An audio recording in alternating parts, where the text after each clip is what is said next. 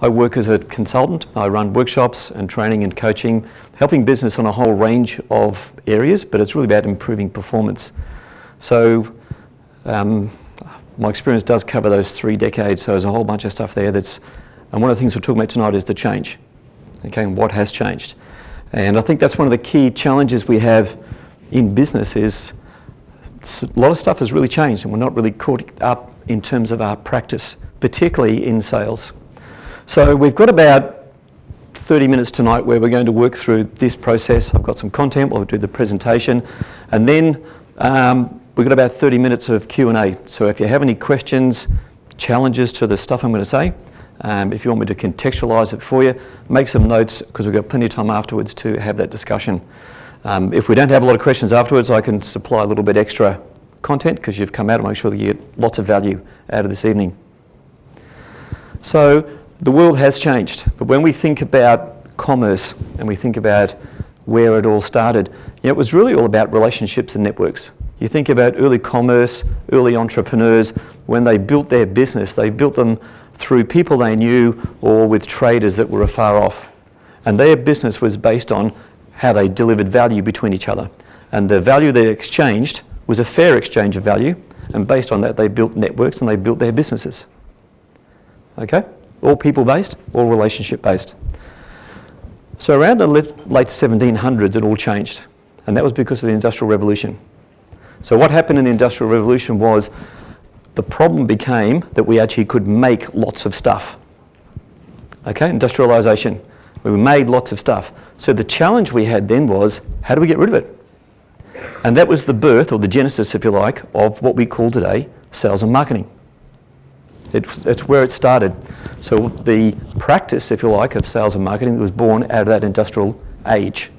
And this gentleman here, the English potter and entrepreneur, Josiah Wedgwood, was the early father, if you like, of sales and marketing in the 1770s.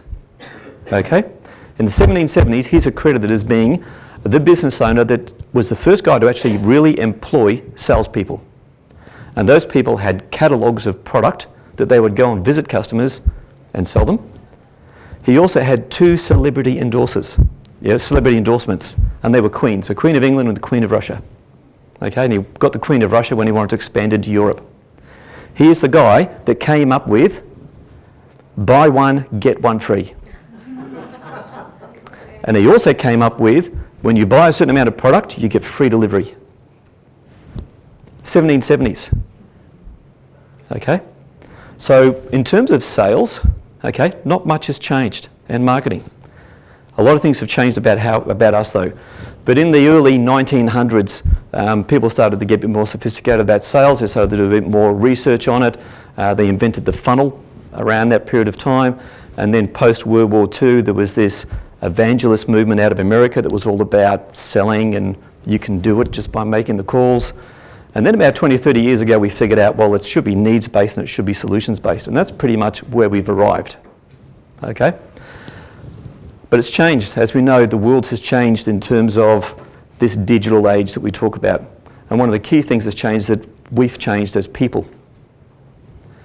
We haven't really evolved any further. We've perhaps got better use of our thumbs. But it's really about how we behave as human beings. So there's a few key things in that. One is we become far more resistant to sales. So if you're in sales, you know that people, customers, are resistant to it. We know all the tricks, we're not interested. We've changed how we buy. So the access to information has completely changed how we buy as customers. Okay? And word of mouth has always been important, even from the beginning of commerce. It's always been important, but today word of mouth has got a megaphone and it's absolutely on steroids. That stuff has changed only in the last 10, 15 years. So these things that change, to me, signals that we've got to start to do things differently. We've got to try and say, there was a whole bunch of stuff that we used 20, 30 years ago, 300 years ago, that seemed to make a bit of sense.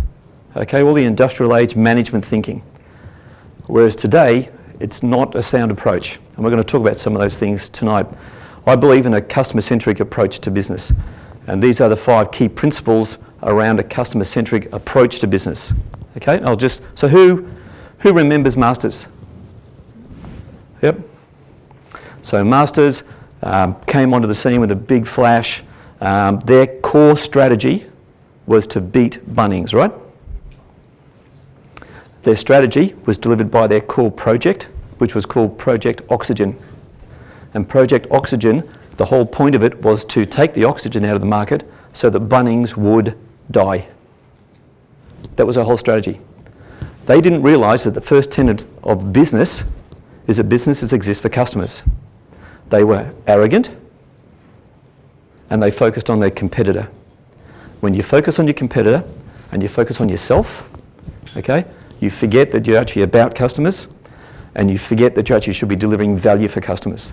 So in Masters, a spectacular failure that cost the economy and them probably about $2 or $3 billion. Absolutely astounding.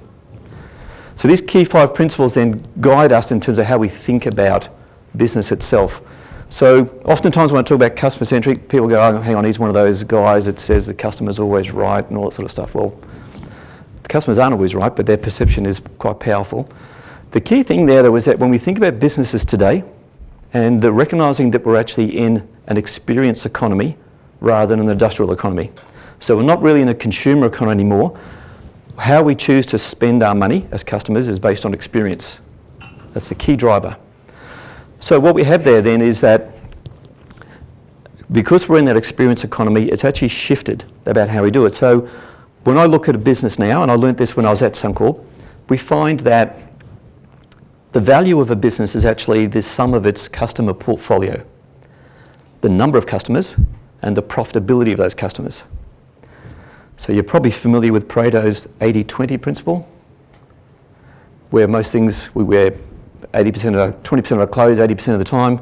It's the same with customer portfolios. Okay, most businesses have about 20% of their customers representing about 80% of the profit for their business. And one of the key reasons that happens is not all customers are equal. And if we're taking a customer-centric approach to how we design our business, what we've got to do is figure out the customers who are profitable for us and figure out how we deliver value for those customers, because if we do that, they'll become promoters of what we do. And in this economy, that stuff's what it's all about. So most businesses have this 80-20 profitability of their business. You analyse their customers, each time you'll find that about 80% of customers don't contribute much value. They don't contribute much value in terms of word of mouth or of profitability. And then you get about 20% that sort of get the business, they're quite profitable and they're giving good word of mouth. One of the reasons that businesses create those portfolios is about these 8 things. So I call these things the 8 great misleading sales traditions. And which is a mouthful, and it sort of sounds a bit dumb. If at the end of the night you think of a better name for these things, I'd love to hear what it is, okay? But I put these things in a cycle because a couple of things. One is, from my experience of working with sales teams and organisations over the last 20 years or so, is that these are the core mindsets or the mental models that force us to mislead sales managers and business owners, to mislead salespeople in what we're actually doing, how we approach it. So I say that they're symbiotic, which makes me sound like a bit of an academic. I might have picked that up from Evan at some stage. But meaning that it's symbiotic, which actually means that they feed on from one another. In other words, each one of these sort of traditions feeds onto the other and it sort of supports it in a way.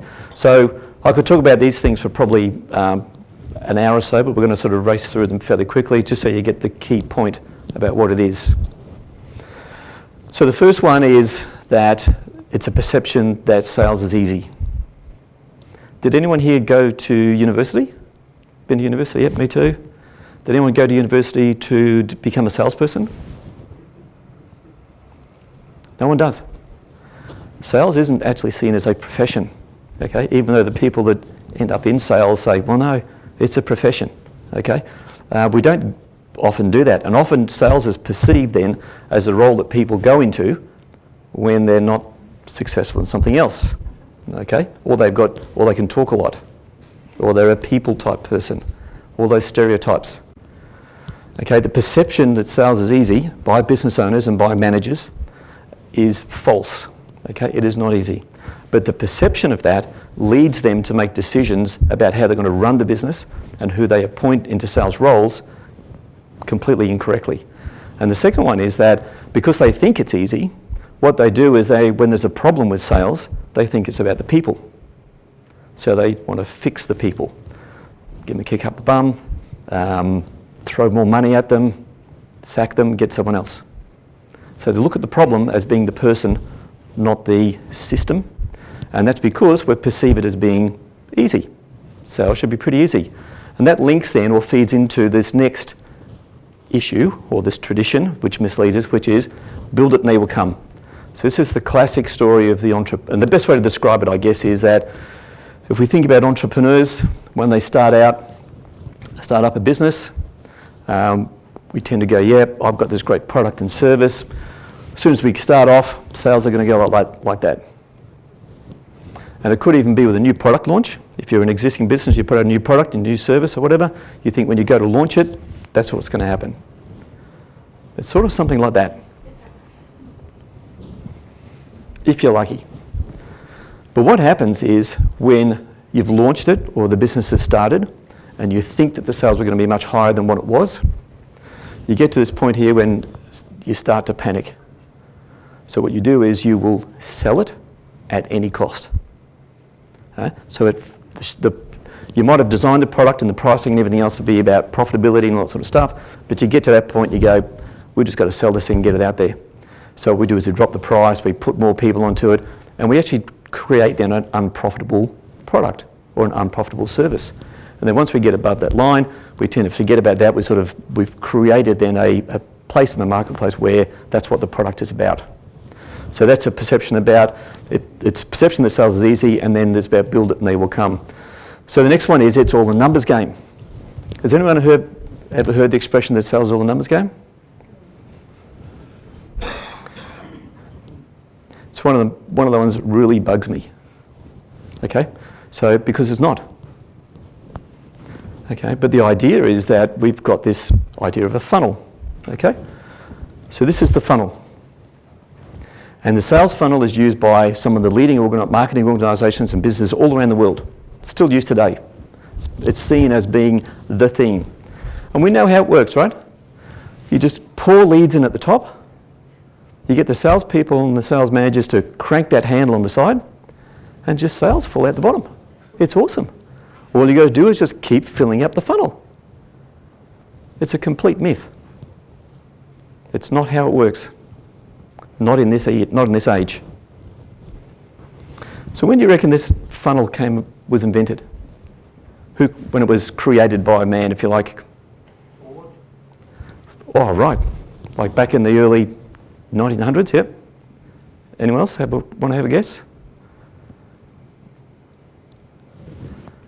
So the earliest I could find into my research around these 8 things is 1911. Now in 1911, the sales funnel was pretty useful because I was actually having to walk around and knock on doors to find customers. So the more the doors that I knocked on, most likely the more sales that I would have. Okay, so it was pretty useful back then. Today there's a whole lot of false assumptions with it, and it leads us down the wrong path. Okay, it leads us to want to fill up the funnel with leads and then try and manage the process, and it doesn't work. So this is the gun sales guy. This is like some sort of heroic, Greek tale of heroes. It's where the business itself once started out and they had this sales guy that joined them. And the sales guy came in, that's a gender neutral term, and the sales guy came in and they went, look, yep, I can sell this stuff for you. And they went off and they sold all this stuff and went, this is great. And they got bored with it, the salesperson, so they just rode off in the sunset as heroes do. And the business had no idea about how they'd done it. So what do they do next? They go searching for the next sales gun. Businesses today, and I've worked with a bunch of businesses, say, what is your sales strategy? They'll say, I'm going to find a gun sales guy. Because when I've got a gun sales guy, all my problems are sorted. Well, what do you learn about how you engage with your customers? Don't know. But this gun sales guy will get me sales. So having a gun sales guy or seeking one is not a strategy for sales. It's not an approach to solve your problems with sales. It's an absolute myth. Because one of the curious things that happens is when salespeople are out of a job, they're really good at selling themselves as being a gun sales guy. So there's a couple of businesses I've worked with and tried to work with them over a period of time. One particularly comes to mind where for 18 months they recruited and managed out about 4 salespeople because their plan was to get us a gun sales guy. They got them in, they weren't guns. It's just not what it's about. It's not the answer to sales. So the 5th one there is this one throat to choke, okay? And it sort of makes sense from some perspective to say, well, you know what, we should have a sales manager who's responsible and accountable for sales. And we hold that one person accountable for that. And we've got a marketing person who's responsible for leads, line up against the funnel, and then we'll get someone who's responsible for filling up the top of the funnel through social media, for example, and they're responsible for that. And as one business owner told me, I've got one throat to choke when I do that. So one person accountable for each one. And that's a brilliant way to build teams, right? To know that if you don't get it right, someone's going to come out and throttle you, right?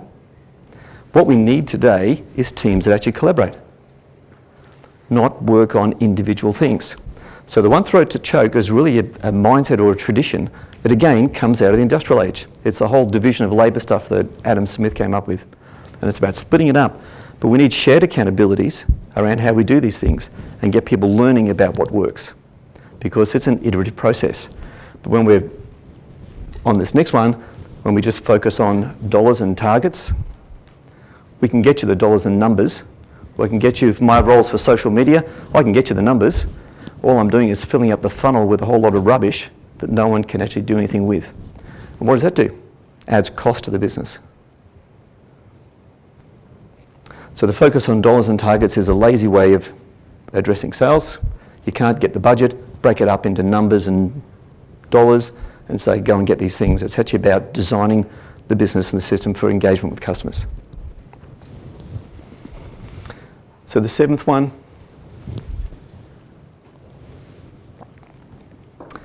has anyone seen the movie Glengarry, Glen Ross?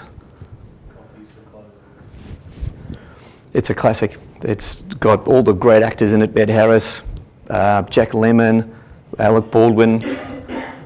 It's a fantastic movie. It's not even a parody. It's probably in a day it was probably what it was. Those guys were about closing, okay? And it was like after World War II, the whole idea for sales, if you think about the world economy was pretty much shattered. The Americans were the ones that really led the way with sales. And a lot of those American sales guys that came out of in the 50s were ex-evangelists, preachers. So they saw customers, prospects, as people that were unenlightened, and the whole language for sales became around, we need to enlighten these people and convert them. We brought this whole language that really came out of conversions and enlightenment and the way that we would then try and evangelize a sales process to get a person so excited they buy a set of pots and pans or whatever it was they were selling. And that was about closing deals. Okay, my view is these days that it's not about closing deals, it's actually about opening relationships. And when we open a relationship with customers who get the value that we deliver and also are profitable for us, that's the winning sum for this economy and for the age that we're in. So these are sales traditions which sort of permeate the language of sales. They permeate how we think about solving sales problems, if you like. And the last one is that we have this absolute passion to talk about our product or service in terms of features and benefits and advantages. We just tend to talk about all those things. Well, you know what? All customers can Google that stuff now. And when they go and Google it, they can find out far more about your features and benefits of your product and service if they find out about your alternatives that are available to them. And they also find out customer references as well. So they don't need to talk to salespeople to find that stuff out because the way we buy has changed. We'll find that information out ourselves. We don't need the salesperson to tell us. But go back 100 years, you actually needed salespeople to inform you about all the features and benefits of the products. But what we do these days, we still do that, and then we take a benefit onto it, and we think we're becoming benefit salespeople or solution focused. So these 8 great misleading traditions really lead us towards making the wrong decisions, not actually understanding the problem that we're trying to solve. So the goal that we need to change for sales is not actually getting the dollars and the numbers and that sort of stuff. For me, it's more onto moving the way towards opening those relationships with those profitable promoters. So when we think about customers today, there's a lot more research been done in the last 5 to 7 years on how we, as people, make decisions. So they've stuck humans inside those MRI scans and they've watched what their brain does when they're making decisions about what they've bought, how they connect with brands, all that sort of stuff. So we all make decisions based on our emotions. When it feels right, we will go with it. Okay, sometimes we talk about gut feel, intuition, all that sort of stuff. But when it feels right, we'll go with it. So the emotional part of our brain doesn't have language, which is why it's so hard for us blokes to really explain how much we love our partner and that sort of stuff, right? The words just aren't there. So we use the word love because that should cover it all, okay? And if that runs out, we'll get some flowers and then we get chocolates and then we say, well, try and make you fat. And it's sort of like just one thing after another. But anyway, the whole... Go right ahead. Absolutely. So the emotional part of our mind doesn't have language. It's how we feel. It's a feeling thing. So feels right, we make the decision. And then what happens is, you say, well, why did you make that decision? And you go, well, I made that decision because, and then we use rational information to justify the decision. The problem we've made for many years in customer and sales space is that we take that justification as the real reason why someone bought something. And without really understanding, the key driver for it was about their emotions. So we know that now, and we need to therefore design a whole lot of stuff differently around how we engage with people and helping them make decisions. So customers are far more informed about products and services these days. They don't. It's triggered a self-service revolution, is what they're calling it. And that's where customers are going, don't need to talk to salespeople, I'll figure it out, I just want to buy it. The sales resistant stuff is fascinating. Yeah, all of us just don't want someone to try and convince us or cajole us at all, ever. You know, if we want to talk to a salesperson at all, it's getting some useful information that helps us perhaps get it to that rational information about it. So the whole thing about sales resistance is we need to recognise that's a fact, and how we engage with customers then needs to change. So, and this positive word of mouth and negative word of mouth. So you're familiar with Net Promoter Score and what promoters are and what detractors are, that sort of stuff? Okay, so have you ever been asked a question on a survey that says, on a scale of 0 to 10, how likely are you to recommend Carline to your friends, family and colleagues? Everyone been asked one of those questions? Okay, so that's what they're called, Net Promoter. And it's the Net Promoter question. It's based on about 20 years of research. The idea is that if you score a 9 out of 10, it's a predictor of future behaviour. If you score a 9 or 10, you will provide positive word of mouth. In other words, you'll tell people about Carline or whatever service it is you're being asked about. If you score a 7 or 8, if someone asks you about it, you sort of go, yeah, it's sort of okay. Yeah, have a look for yourself, that sort of thing. If you score a 0 to 6, you are probably going to be what they call a detractor, which is give negative word of mouth. Right? So you've got to get that 9 and that 10. And you know how, particularly in Australia, we don't like scoring 9 or 10 or something, so it really means that it's moving towards what is the behaviour that we're trying to produce. So scoring a 9 or a 10, it's a predictor of what we're going to do. If you ask someone if they're satisfied and they say yes, it's not a predictor of what they're going to do. Whereas the Net Promoter Score is. So Net Promoter Score then is a sum of how many promoters do you have versus how many people are saying negative things about you. And if you have a positive number above your alternatives available for your customer, statistically your business will grow. Okay, so the telcos, for example, in Australia, they're all sitting about -20. Okay, but Telstra is happy if they're at -20 and Optus is -25. Okay, so it's all relevant to the alternatives that are available to your customers.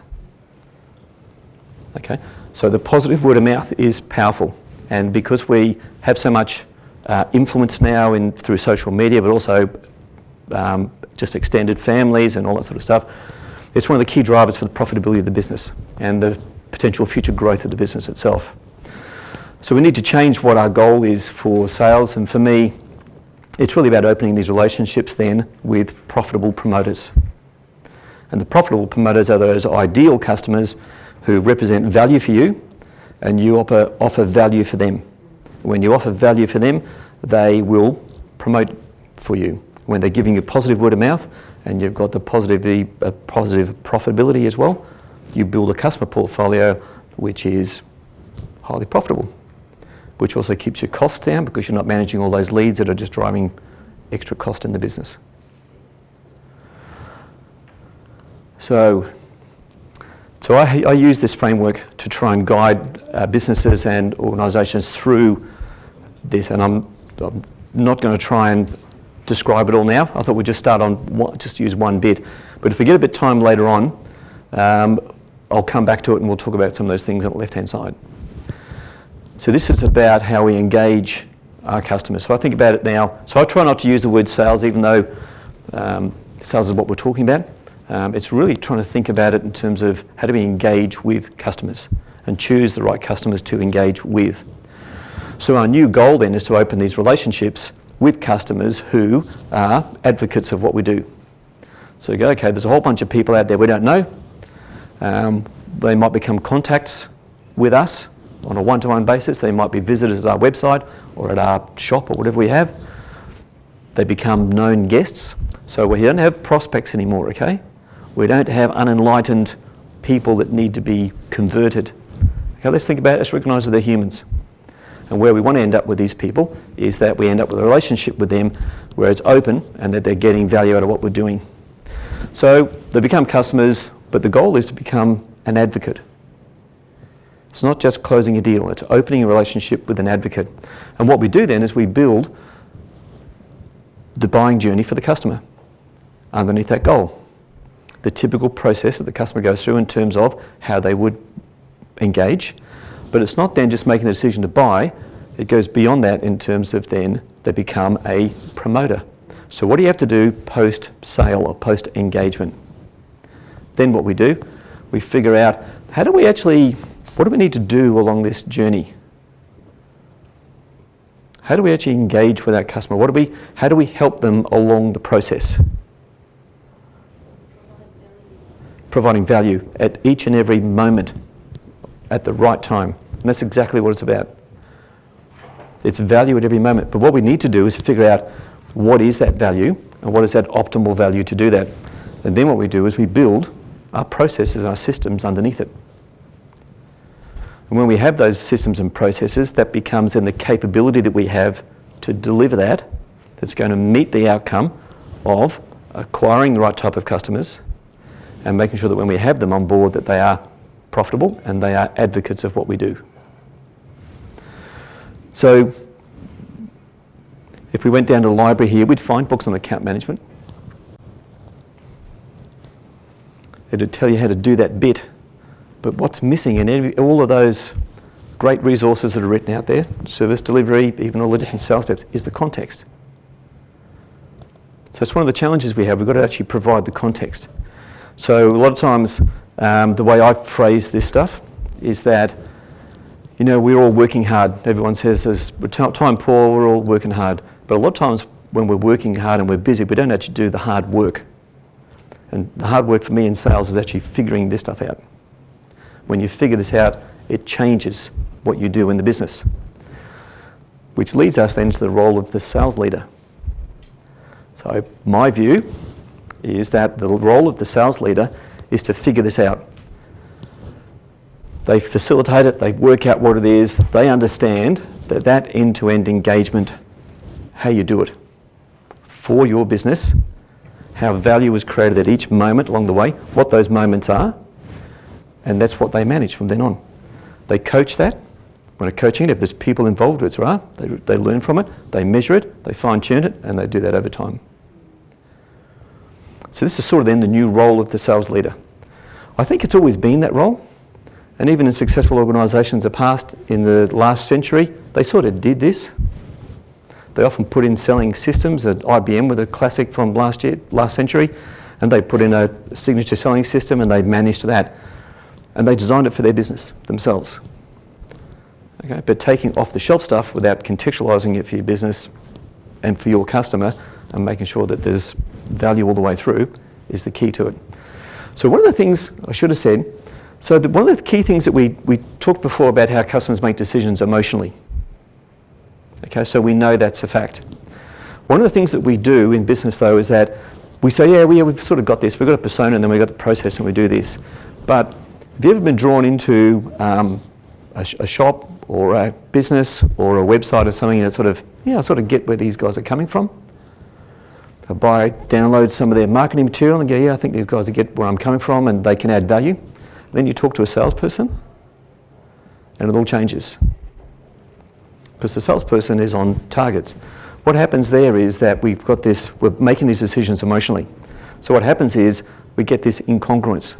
It doesn't feel right, what I thought I was engaging with this business on, it sounds different now, and I disengage and I go somewhere else. I can't actually justify why. But it doesn't mean I have to tell anyone. I just don't go there.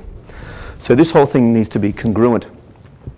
And that's that whole process around with the sales leader then about fine-tuning it and making sure the whole thing's in balance and those messages and those values points are all being delivered on the way through. So let's talk then more about the role of leading the sales teams. So not all my diagrams are circular with blobs around them, okay? It sort of looks like that tonight. I showed you a squared one there. But this is another one I call it the wheel of leading sales teams, and there's a reason for that I'll get to in a moment. See, these are all the functions of sales management. Okay? So if we were going to start a new business now and we were going to design it based on the customer centric approach to business, we'd follow a sequential process. But if you've already got a sales team, all this stuff's already in place. So this is what happens. Let's just take the sequential view first. We're going to start a new business. We've figured out we've got this fantastic offering that we're going to take to market. We've figured out who our ideal customers are, the customers that are going to be likely to be profitable for us, the customers that are going to get this two-way value exchange. And we figured out who they are and where they are and all that sort of stuff. We go, yep, they're the customers that we want to fill our customer portfolio with. That's our customer strategy. So then we go, let's design the sales tactics to engage with those customers. Well, that's on that previous model. We design that. Then we go and recruit people that we know are going to have the right skills and the right mindset and attributes and all that sort of thing to deliver pieces of that engagement model. Then we develop their skill and capability on how they do it. Then we make sure that they're rewarded or remunerated the right way. We make sure that the organisation, the business, we can talk about, I've got an example about this a little bit later on, about how you actually put all the teams together. How we coach them for performance. I reckon 80% of, once you've got it in place of a sales leader role, is 80% of it's actually coaching. You only manage performance when the coaching fails. And that's a small portion of the time. And most times, if you are coaching for performance with salespeople and they're not going, you don't have to manage them out because they'll leave. Because they know it's easier to find a job when they've already got one. Motivation and productivity is about the sense of achievement through this thing. So what happens though is that we need to be thinking about these functions of sales management or leading sales teams as being a system. And what we do is we've got those 8 misleading traditions which lead us to make mistakes. So the thing is, I'll give you a couple of examples in. So the idea of it being a wheel is it needs to be in balance. All right? So for example, oftentimes I'll work with business and say, the sales guys, I didn't mean to do that, the sales guys aren't doing their job right, that sort of thing. What we've had to do is, we've thrown more money at them, we've done this and that, and it's just not working. yeah, there's something wrong with those guys, we need to get rid of them and do this. It's often the wrong approach. So if you have, for example, people that are in what I would call an account management role, and that is they go and visit your customers, say each month, and they regularly repurchase from you products or services. Those people in an account management role, they've got relationships in with those businesses, and they're seeing those people all the time. And they're pretty much taking orders, but they're also managing service issues and that sort of stuff.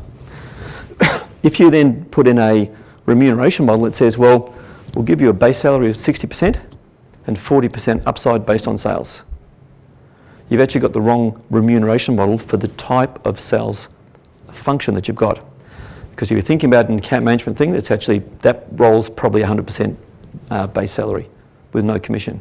So the more commission you put into it, the more that you change the equation between what my needs are as a salesperson and what the customer's needs are. When you've got that imbalance, you get the salesperson acting in their own interest rather than the customer's interest. And the whole thing's about engaging with customers and building profitable customer portfolios. So getting that balance is right. But what often happens is, when we think there's problems then with motivation, we think there's problems because those guys that are on the 60-40 split, they won't follow the plan of the organisation. They go off and do their own things. Why are they doing that? Because on the wrong remuneration plan. You actually recruited the wrong people. So problems in remuneration reflect into recruitment and then reflect into productivity and motivation. And people then try and fix the problem in productivity and motivation through throwing more money at them or more training or whatever it is, and all it does is exacerbate the whole problem. So it's a system. So the way that we're thinking about leading sales teams needs to be, it comes together as a system, and we need to keep it in balance. This is a classic. I mean, there are lots of organisations on the Gold Coast and throughout Australia that sell sales training. So if your people aren't doing the right thing, you send them on a course. And if you all end up doing different courses, you're not actually doing the hard work, which is designing the process about how it all works and working out what the method is and how you should be engaging with your customers and what the right skills are to acquire.